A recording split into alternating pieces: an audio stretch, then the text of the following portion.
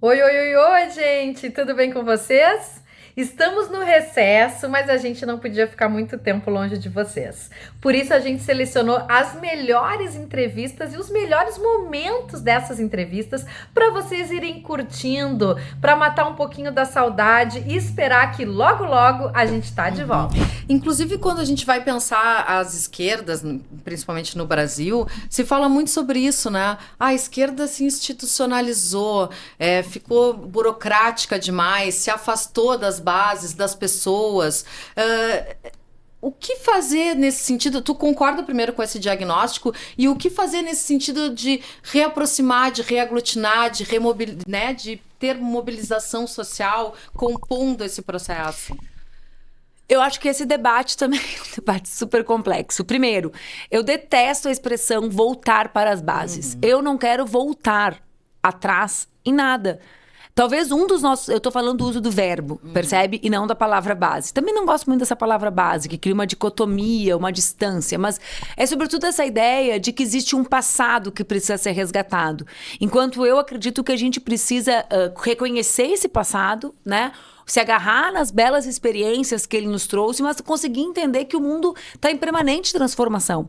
E que não existe mais uma realidade igual a que existia no passado. Ou seja, o mundo do trabalho, por exemplo, apenas para usar o exemplo, vou usar um exemplo do surgimento do PT, que é o acontecimento mais importante da esquerda brasileira, um dos mais importantes da esquerda mundial, pelo menos da esquerda ocidental. Vê bem, é um partido da classe trabalhadora, de um tipo de indústria que existiu no Brasil, num momento da realidade que é os anos 70. Quando a gente fala em voltar, a gente fala em reproduzir isso, mas isso não é mais possível. Existe um outro mundo do trabalho, né? Altamente robotizado, para falar apenas das fábricas, né? Com um outro tipo de trabalhador, um outro tipo de operário, para usar o termo clássico. Então, eu gosto da ideia de que nós precisamos ir para os territórios. Essa ideia de base, para mim, assim, a gente usa num sentido quase de uma posição, né? Existe uma direção e existe a base. E um está quase em oposição ao outro.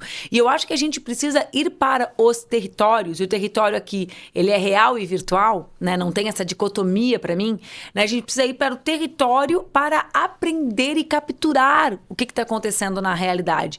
Então, eu entendo que quando as pessoas falam tem que voltar para as bases, tem que se conectar com as pessoas, mas eu acho que até a forma como a gente expressa isso é limitada. Eu quero que a gente vá para os territórios, eu quero que a gente escute as nossas mulheres para entender que não existe como debater o Brasil sem debater os problemas que as mulheres trabalhadoras vivem. Que quando a gente pensa em 6 por 1, por exemplo, essa é uma pauta altamente conectada com as mulheres que são mães, porque na 6 por 1 elas têm a obviedade de um dos dias não ter escola e creches abertas, né? Porque a escola e as creches funcionam 5 por 2, mas elas também têm uma outra coisa que é o não é de folga, o é de trabalho, o é de limpeza, de marmita, né? De lavar roupa. Então, como é que a gente se conecta? Conecta 6 por 1 com essa questão. Assim como debater segurança, é debater o medo que essas mulheres têm que os seus filhos sejam alvejados. Não só pelo crime organizado, mas pela polícia, pelo Estado. Então, para mim, a gente precisa ir ao encontro do nosso povo, né? E ouvi-lo, né? E atentar e se reconectar para conseguir ter uma agenda que seja uma agenda conectada com os dramas, com as angústias, e com os desejos e sonhos, né? Que também mudam. Se antes era impossível imaginar que uma mãe tinha o desejo de que o filho fizesse curso superior, porque a gente fala, o sonho da universidade não era um sonho, porque era impossível, até de sonhar. Né? Hoje esse sonho é um sonho realizável, com o ProUni, com a cota. Bom, a gente vai só reivindicar esse sonho realizado? Ou é possível colocar um outro sonho no lugar? Que sonho é esse? É o sonho de trabalhar menos? É o sonho de viver mais com os filhos? É o sonho de ter as crianças? Que sonho? Qual é o sonho que ocupa? Né? Então, eu acho que a gente precisa ir, né? E não voltar. Essa questão do governo Lula, né? Essas diversas crises que tu colocastes, também tem a ver com a questão de tentar, além de colocar os esparadrapos, né, nas feridas sociais que a gente tem, porque o governo Lula sempre tenta, né, atender as populações que mais precisam, seja com programas sociais, subsídios, mas ao mesmo tempo também mantém estável os privilégios da classe dominante. Tentar agradar os dois senhores também potencializa essas crises, Genuíno? Potencializa. Primeiro que você tem que enfrentar a hegemonia da financiarização. Segundo, a política da tirania fiscal, que é essencial para a gestão do capitalismo monopolista. Terceiro, o modelo de privatização. Quarto, a precarização das políticas públicas, principalmente na área da saúde, da educação, do saneamento, do salário mínimo, da segurança pública. Ou nós enfrentamos essas questões de maneira concreta, através da defesa de uma plataforma do povo, dos direitos do povo, ou então a gente fica numa postura defensiva. É claro que nós não podemos, vamos dizer assim, dogmatizar a correlação de força. Nós temos que governar nessas condições, você tem que enfrentar, você tem que disputar. Mesmo perdendo, mesmo enfrentando situação adversa, como é o Congresso Nacional, de maioria conservadora, você tem que marcar a posição, tem que enfrentar. Todos esses temas aí, você tem que fazer enfrentamento. Enfrentamento para disputar corações e mentes da sociedade. Enfrentamento para arrancar algumas conquistas através da negociação.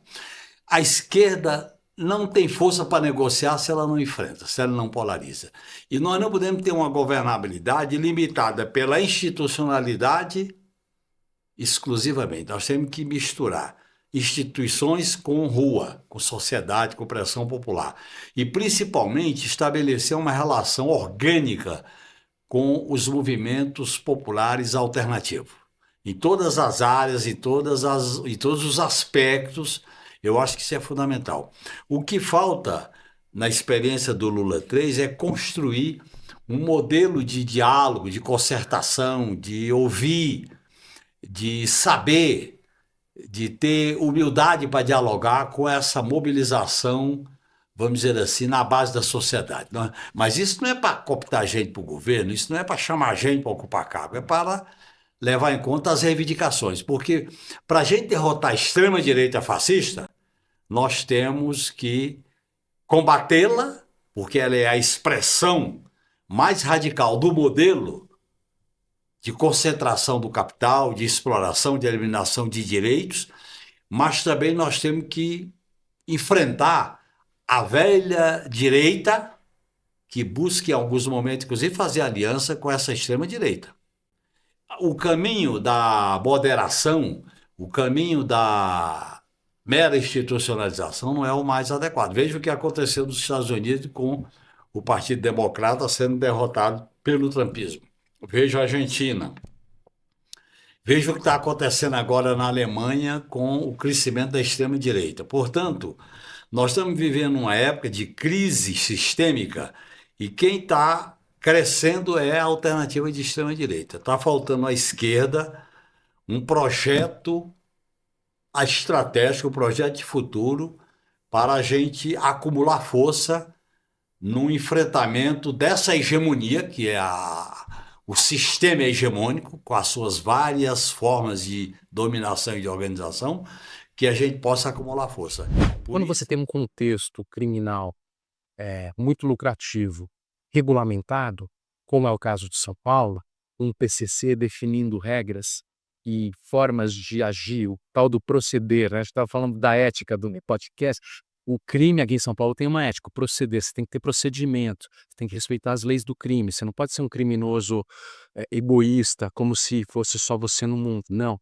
Para você ser um criminoso respeitado em São Paulo, na hora que você for preso, você cumprir pena com os outros, não ter que ficar no seguro, tudo mal, você tem que respeitar a ética do crime, a regra do crime, e implica você não violentar ninguém por nada, tem que pedir autorização, tem que respeitar os prazos, os preços, não pode dar calote, não pode avançar no negócio dos outros. O PCC foi construindo essa regulamentação do mundo do crime, essa agência reguladora do mercado do crime, né? Que é o papel que o PCC exerceu. E óbvio que ele mata e pune muitas vezes, usa a violência para isso, mas ele não se impôs pela violência. Isso é que é interessante. E isso não funcionou porque era violento. Funcionou porque era o mais lógico e o melhor para todo mundo que estava na cena do crime. Se você é um criminoso, já é perseguido pela polícia, já corre o risco de morrer ou de passar um tempo na prisão, é muito melhor você não ter inimizade, você cumprir regras. Se todo mundo ganhar dinheiro na medida possível, cumprindo as leis do crime, e viver num mundo previsível, que é possível planejar, é possível confiar nos contratos e tudo mais. O PCC criou essa mentalidade profissional que reduziu custos e aumentou lucros. E isso foi abraçado, essa crença foi abraçada muito rapidamente, porque tinha tudo a ver com a realidade, era uma solução para a vida imprevisível e violenta do crime. Em todo o sistema autoritário fascista, a primeira coisa que eles tiram e destroem, desativam, é a cultura. É a cultura, porque a cultura, a arte, a liberdade de expressão e o jornalismo também. O jornalismo da mesma maneira. Tudo que é liberdade de expressão, de visão crítica, de debate, não pode ser incluído mais. Tem que ser excluído. Porque isso é que é transformador. E isso é que comunica-se com a sociedade, fazendo com que as pessoas avaliem as coisas que estão acontecendo. Agora a gente vai depois pular sob esse ponto que eu estou aqui falando agora, que é a questão do fake news. Mas é importante você avaliar a sociedade que tivesse essa visão crítica, de avaliação, de definição sobre os rumos que a sociedade está seguindo.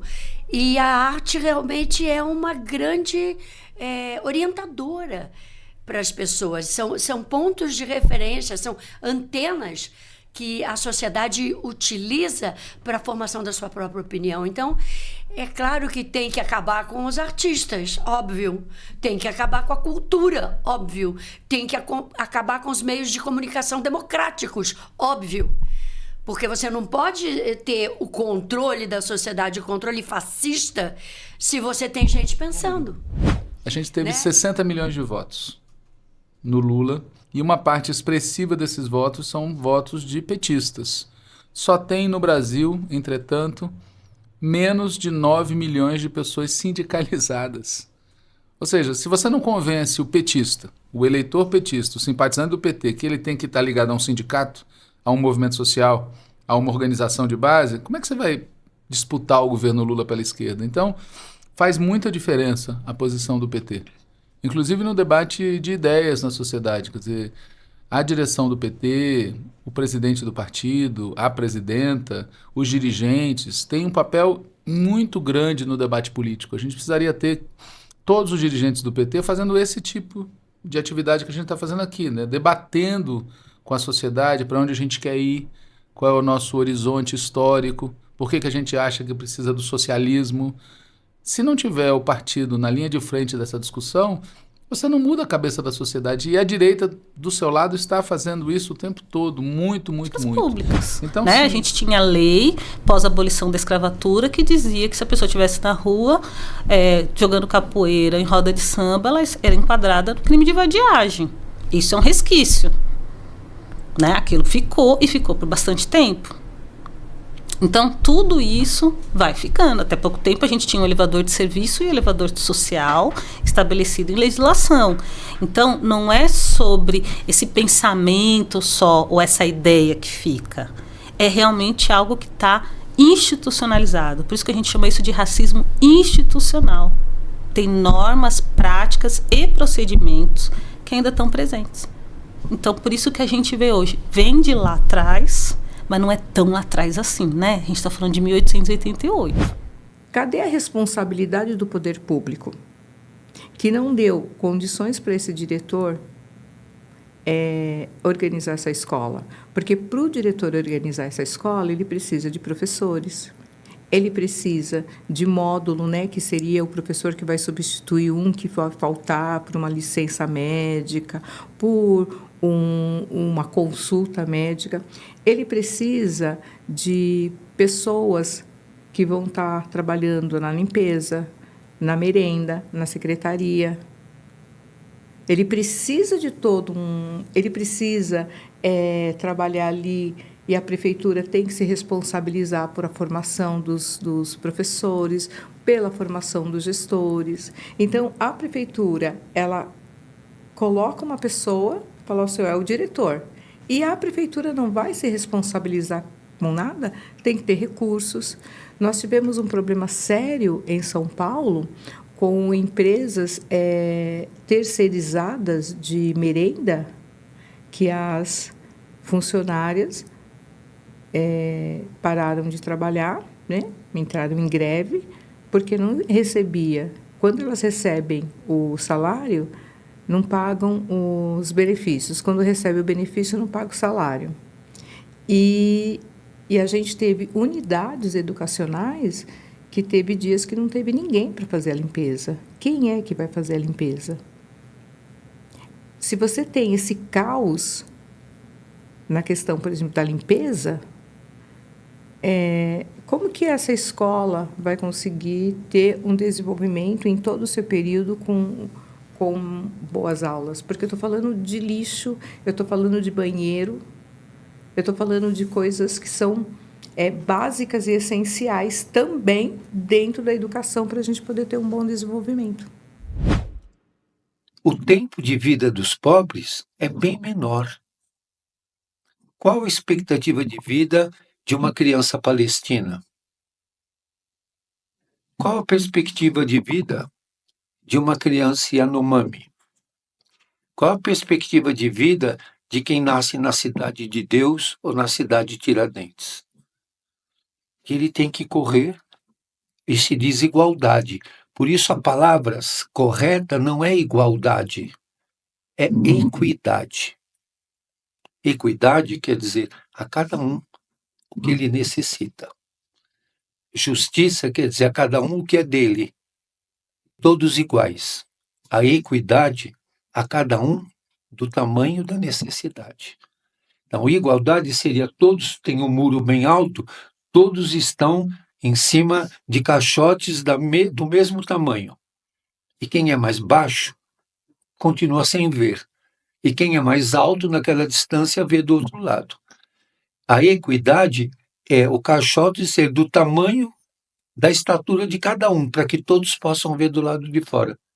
Não sei se deu para me entender. Você está me olhando com uma cara assim, dizendo assim, o cara deve ter bebido, além do suco de maçã, alguma coisa. Deu para entender o que eu estou falando? Eu entendi. E o que você achou? Achei sensacional. Então não é de hoje que o Congresso brasileiro é o mais conservador e o mais reacionário de todos os tempos, né? Tem sempre essa conversa, a cada 5, 6 anos é o mais reacionário de novo, né? Então eu acho que, em primeiro lugar, é importante frisar isso, que nós entendemos que o espaço institucional é um espaço praticamente tomado pela classe dominante e que são as regras deles no jogo deles, né? O que não significa que a gente deva dispensar a atuação nesses lugares, porque esses lugares, ao mesmo tempo que conseguem profissionalizar muitos militantes, também conseguem levar os problemas que estão acontecendo e trazer isso pro palanque, né? Trazer isso pro palco. Então você tem deputados que fazem trabalho de denúncia nesse sentido que são muito importantes, como a Fernanda Melchiona, a Sâmia Bonfim e o Glauber Braga, que agora está sendo perseguido sistematicamente, né? O seu mandato está sob ameaça, porque ele é um dos caras que está denunciando, que mais denunciou o orçamento secreto. E isso foi uma pedra no sapato do Arthur Lira. Então, a gente não tem nenhuma ilusão, né, de que pela institucionalidade você vai conseguir resolver todos os problemas, porque a gente sabe que não, né? Se você pegar, por exemplo, as conquistas históricas da classe trabalhadora, elas não vieram do Congresso Nacional. A redução da jornada de trabalho nos anos 30, nos anos 40, ela não veio do Congresso Nacional. A criação do SUS não veio do Congresso Nacional. A criação da Petrobras não veio do Congresso Nacional. São sempre projetos e iniciativas de fora dos trabalhadores que conseguiram organizar isso de maneira autônoma, né, de maneira independente, melhor dizendo, e pressionaram as forças políticas dominantes a aceitarem esse programa. Então, eu acho que a implementação desse programa, né, a construção dessas condições, ela vai se dar não pela ilusão de que a gente vai implementar, por exemplo, uma reforma agrária via Congresso. Porque a gente entende que ali dentro do Congresso, as forças dominantes trabalham contra a reforma agrária. Então, aonde que está a força para poder viabilizar um processo de reforma agrária no Brasil? Está no campo, está na cidade, está nos ambientes onde a luta de classe se manifesta de maneira mais favorável, possivelmente, para nós. Então, tipo, não tem como a gente, por exemplo, falar sobre, que tem muito isso, né? A galera fala, é impossível, é um programa utópico, não sei o quê. Só que fica mais utópico ainda quando a gente olha que a maior parte das políticas de reforma agrária que estão sendo implementadas no Brasil por um governo assim dito de esquerda, é uma política de reforma agrária que não avançou em praticamente nada. O MST, você tem várias lideranças do MST que comunicam, né, que, falta uma movimentação do governo federal, falta ali uma atuação política mais robusta, mais forte. Por quê? Porque não dá para servir a dois senhores. Né? Tem gente que eu conheço do meu WhatsApp que eu nunca encontrei, que eu converso, mas eu nunca vi pessoalmente, né? E isso está alterando a nossa mente. Os estudos estão agora. Quando eu escrevi esse livro não era tanto, mas em 2020, quando eu comecei a escrever, já tinha alguma coisa. 5 anos depois, é toda semana. Tem um estudo mostrando o comprometimento cognitivo, atenção, relacionamento social, grau de ansiedade de adolescentes, né, angústia, depressão, tudo isso está sendo relatado e está aparecendo. Então é quase que a espécie humana já tinha começado a fazer isso antes, mas ela está acelerando a sua interferência no processo de seleção natural da nossa espécie. Porque daqui a pouco você vai ver que quem não souber mexer com um barato desse, já está acontecendo, né? É considerado iliterato, né? Um cara que não consegue funcionar na sociedade. E isso não é controlado por nós, não existe nenhum tipo de controle, né? Isso é ditado pelos overlords, cuja ideologia, eu estou chegando à conclusão, é emburrecer o mundo mesmo. Não é à toa que o Zuckerberg não deu o celular para os filhos e os filhos não têm Facebook, né? Algo ele sabia que nós não sabemos, agora nós sabemos, né? Mas então, que isso facilita o processo de dominação, claro, também, né, professor? Não, eu acho que é essa visão que os caras têm, né? Se eles convencerem a vasta maioria dos seres humanos que nós vamos ser superados por um barato desses e convencerem que o nosso destino é ser uns cidadãos de segunda categoria perante os overlords e as suas máquinas inteligentes, você já começa a ganhar a barganha. Você já começa a ganhar o cabo de guerra, né? Porque você já coloca todo mundo na defensiva.